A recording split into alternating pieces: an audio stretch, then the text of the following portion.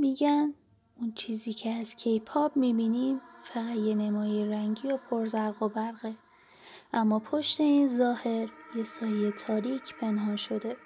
خیلیا باور دارن این صنعت فقط برای سرگرمی ساخته نشده. مثلا وقتی بحران سیاسی یا خبری توی کره اتفاق میفته، درست همون موقع یه گروه بزرگ کامبک میده تا نگاه مردم به جای سیاست بره به سمت موسیقی. از طرف دیگه حجم از این پولی که توی کیپاپ جابجا میشه باعث شده بعضیا بگن این فقط یه ویترین برای پولشویی یا تجارت‌های پنهانیه.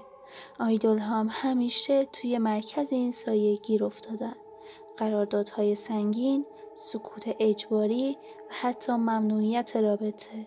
خیلی ها میگن اگر کسی بخواد پرده رو کنار بزنه یا به حاشیه رانده میشه یا سرنوشتش به طرز عجیبی تغییر میکنه.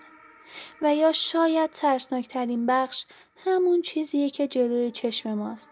موزیک ویدیوهایی که پر از نمادهای عجیبه. چشم تنها، مثلث‌ها و پیام‌هایی که انگار یه قدرت نامرئی رو نشون میده. پس سوال اینجاست، ما داریم فقط یه آهنگ گوش میدیم یا اسیر سایه‌ای شدیم که هیچ وقت حقیقتش رو نشون نمیده؟